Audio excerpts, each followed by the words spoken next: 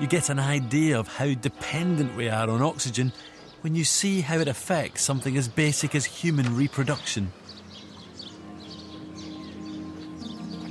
Perched between the peaks of the Andes here in Argentina are some of the highest villages in the world.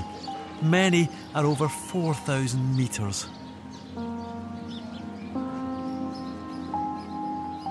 Andean peoples have settled in these high villages for over 1,000 years because there's money in those mountains, precious metals like copper, silver and gold.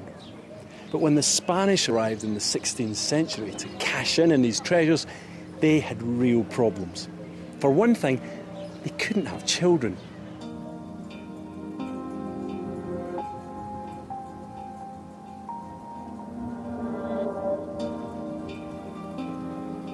Baby after baby was miscarried.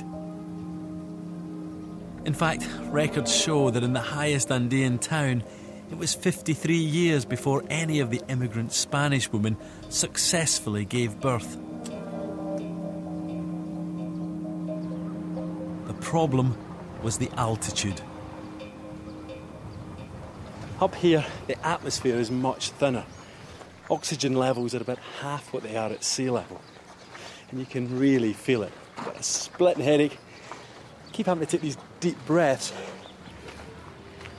And it was this lack of oxygen that stopped the Spanish from having children. There just wasn't enough of it getting to the unborn child, and so they either died in the womb or shortly after birth.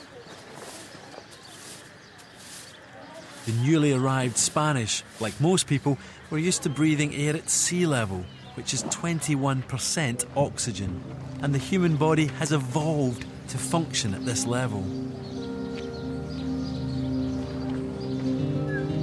But in these high-altitude villages, the lower pressure means that oxygen levels are effectively halved.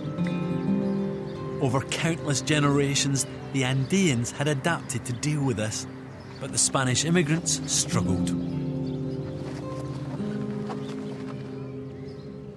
Quite how this problem was overcome after 53 years, it's a bit of a mystery. But I reckon it's no more complicated than the Spanish getting it together with some of those local Andean people. That way, the Spanish would get the benefit of the genetic adaptations that the locals had evolved over countless generations to cope with the altitude.